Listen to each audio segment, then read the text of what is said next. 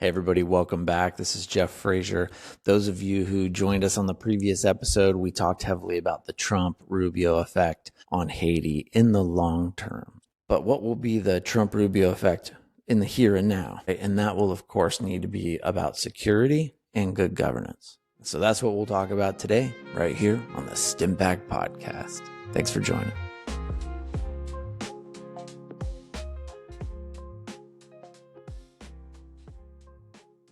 Okay, so to get started on this, we're of course going to have to speculate heavily about what Secretary Rubio and President Trump will do in Haiti in order to assist Haiti in moving forward in both security and good governance. But before we get there, let's back up a little bit. Of course, we always try to get to the first principles of a matter, both strategically and in some cases philosophically. And so we'll delve into that space today, into the ethics and morality of Haiti and what should be done in Haiti and who should do it, who's obligated to do it.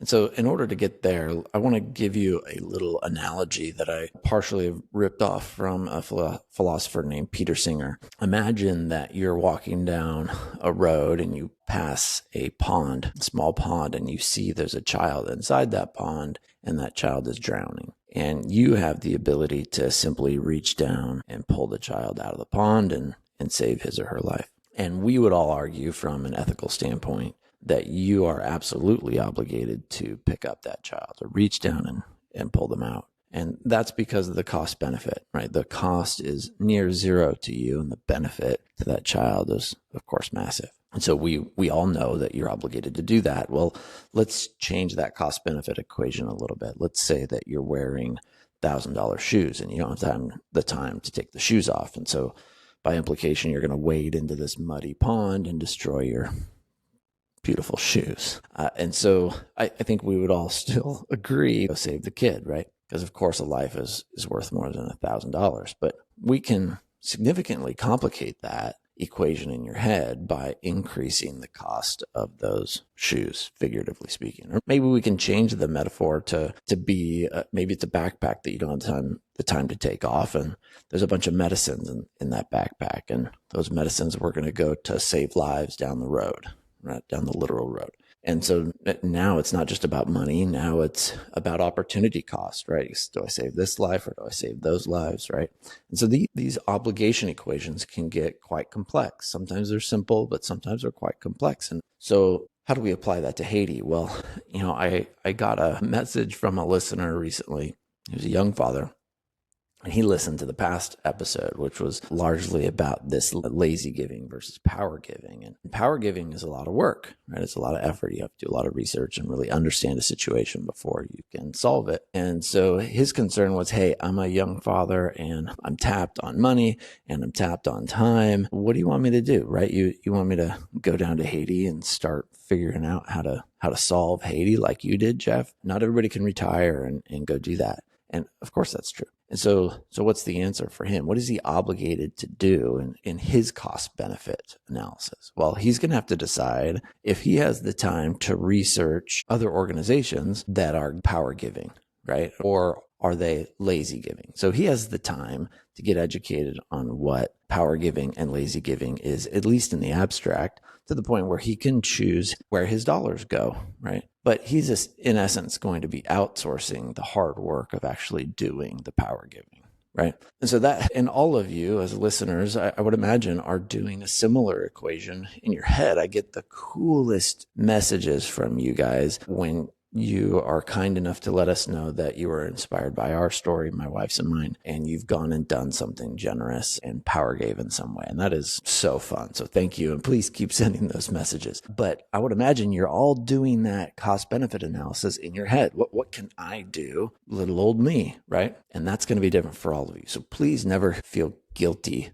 about what you're doing, your modest contribution or massive contribution. Just know that there's an equation to be done. And so you as an individual are going to make that choice. All right. So what does that have to do with the Trump-Rubio effect in Haiti? What does it have to do with what the United States should be doing in Haiti? Well, I hinted at it a little bit in the last episode, and it's really important for you to understand the difference between what the country does in what you do. The benevolence that you feel and altruism that you feel inside, the ache that you feel, that I feel, that wants to come to the aid of Haitians and lift their burden. And I've been commanded to, right? My Christianity dictates that I must be my brother's keeper.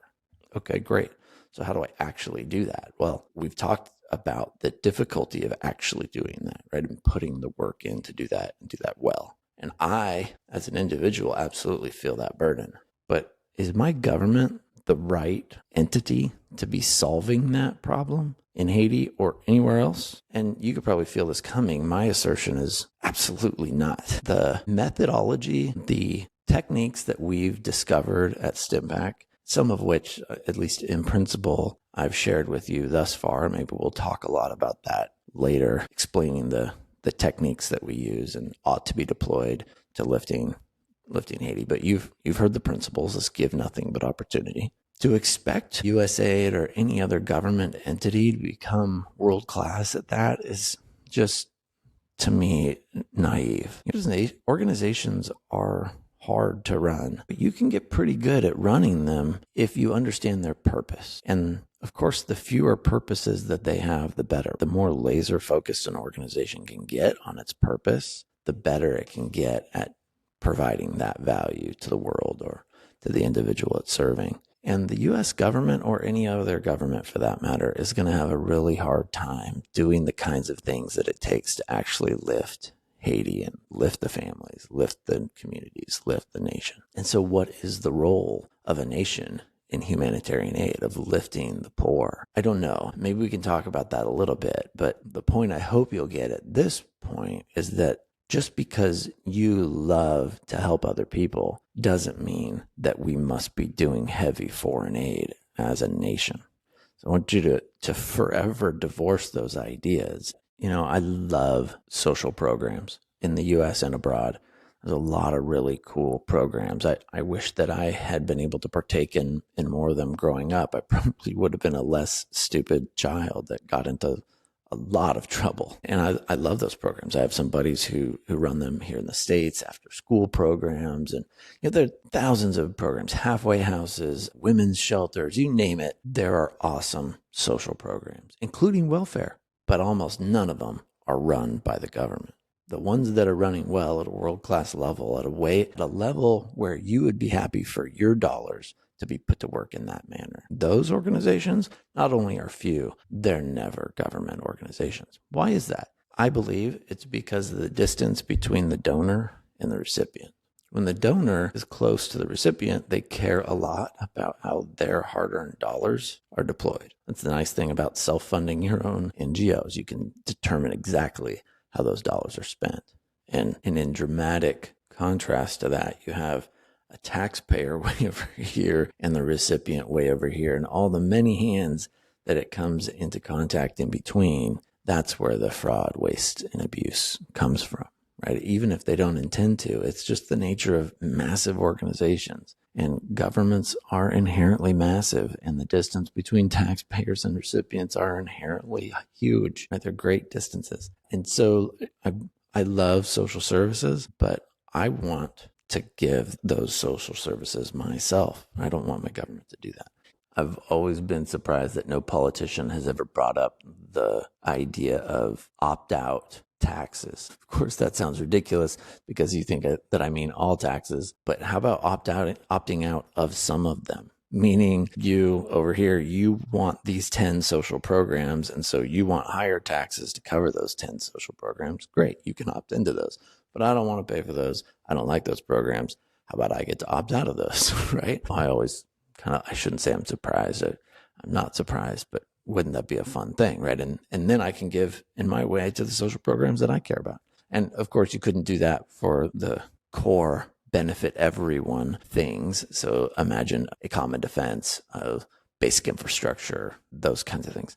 But I hope you can start to see this idea of separating the federal government from the obligation to rescue people and to do social services, whether domestically or abroad. Okay, so we've discussed this idea of separating the government from giving. We've talked about the ways that we can give. We've talked about obligation to give. So what is my ethical and moral responsibility to help someone else? Now let's get into this security and governance thing. So why is the U.S. interested in security in Haiti at all, right? Why are we considering spending millions and millions of dollars in coming to the rescue of Haitians from a security standpoint?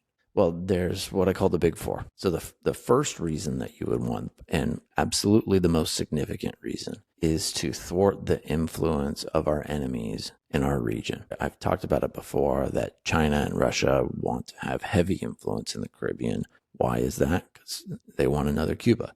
Having a Eastern ally in the Caribbean just off our coast is incredibly attractive to them. I want it to sink deep in your head that there is no neutral ground on this planet. Any sort of ground that we concede will be absolutely filled by China and Russia immediately. So right now, we, the U.S. and France and Canada and a number of Western countries are heavily involved in donating to Haiti from a security standpoint. And that is why, to ensure security in Haiti so that we can keep China and Russia out of the Caribbean.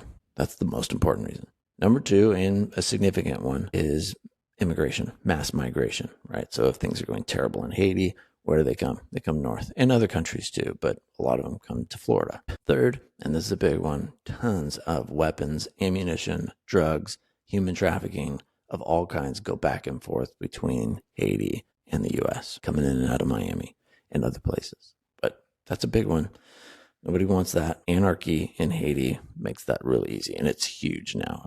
And then the last one is an opportunity, and that's economic trade between the U.S. and Haiti. And we've written extensively on that. You can check out our blog articles, but there's all kinds of huge opportunities for the U.S. to do business in Haiti. Imagine the basic concept is nearshoring. We've talked about offshoring for many, many years, and that was typically China and India. And China's obviously a massive near-peer enemy right now. And so now we're in the process as a nation of reshoring a lot of things. Well, not everything can get reshored, meaning the cost of labor is still way too high for some things to be brought back to the U.S. Well, partners like Haiti, who really want to play ball with us and replace China and India and even Mexico as a trade partner, that's a big opportunity for the U.S. So, of course, it's a big opportunity for Haiti. But from a U.S. perspective, these four things, resisting the advance of China and Russia in the Caribbean, stopping mass migration into the U.S., stopping the flow of guns, ammo, and drugs into the U.S., and then, of course, economic development. Those four reasons is why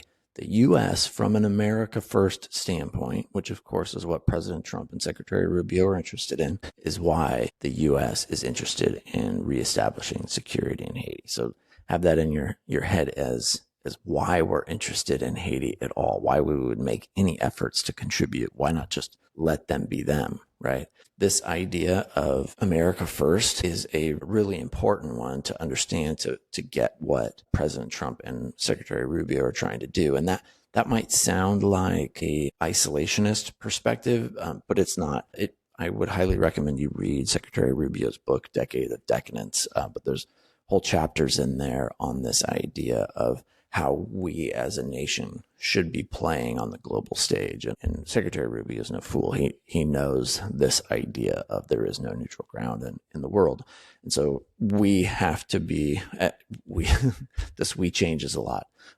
Sometimes I'm talking about we as individuals. Sometimes I'm talking about we as my family or my church, or in this case, my country. So I'm a huge patriot. That you'll often hear me disassociate myself from my country so that I can talk about my obligations as an individual, as a distinction from my obligations as an American with a government that represents me and my opinions on how my government represents me as an individual.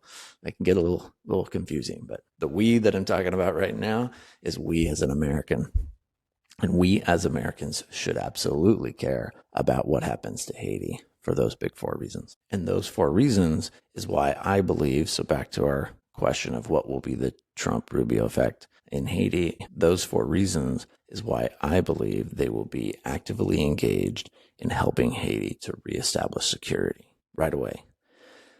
And here's what brings me to believe that. The current situation in Haiti is that the gangs are progressively taking over. They continue to take more and more land. They're up to about 90% of the Port-au-Prince metropolitan area.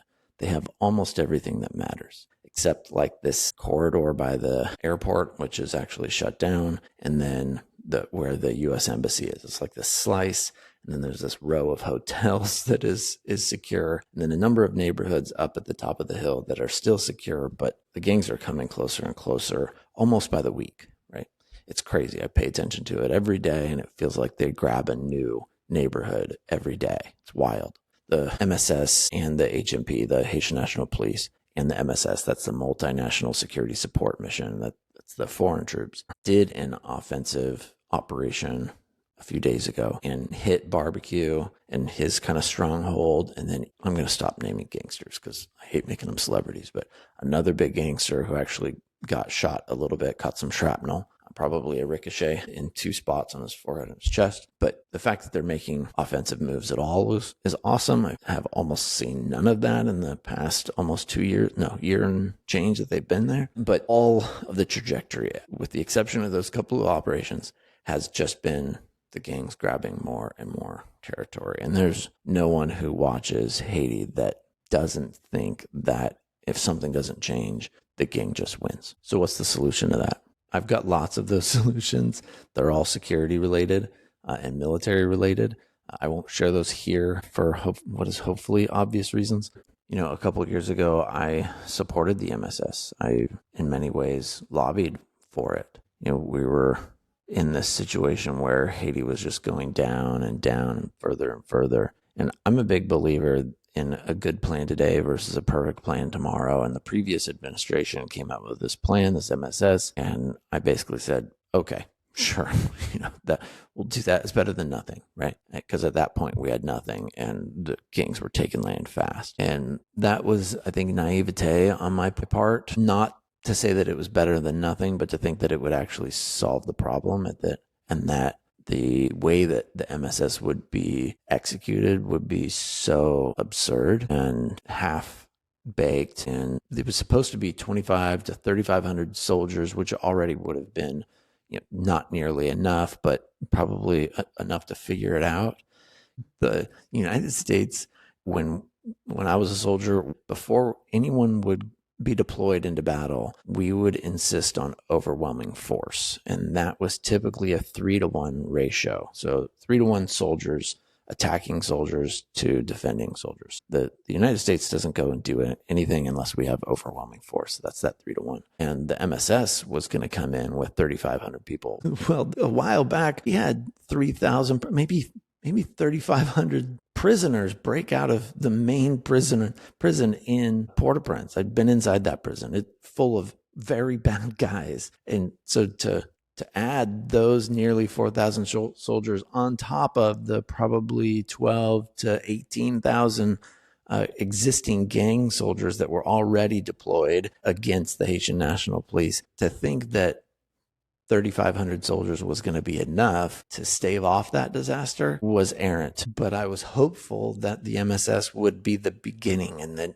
that maybe we'd have some sort of competitive advantage that would be sufficient to help these guys out and get it done.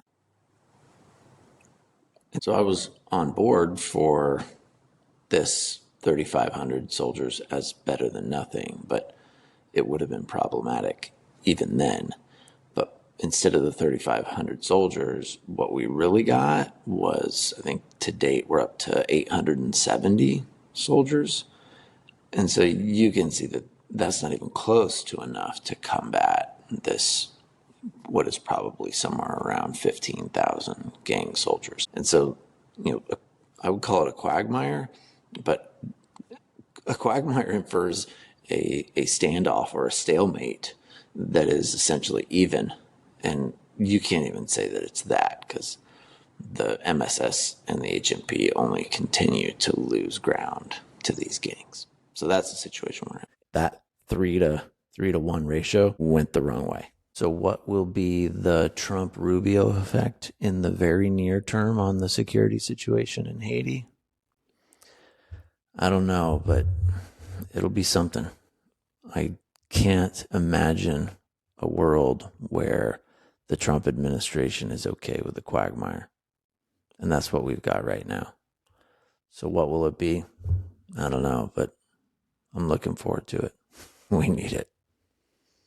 Thanks so much for listening. Thanks for coming to learn something about something hard that is about others and about taking care of our fellow men here on earth. That's good for you for being willing to do that. Hey, welcome to all the new listeners. The last episode did really well, and we went from like 250 subscribers on YouTube to like 8,000 subscribers, which is still a tiny number, but for a little niche of the internet, we're happy to have you. So welcome for all the new listeners. You've got a lot of catching up to do. Go check out 43 Days to Freedom, and then hopefully the rest of season 3. Skip season 1. I've told you guys that a million times before. But anyway, thanks everybody for listening. We'll see you next time.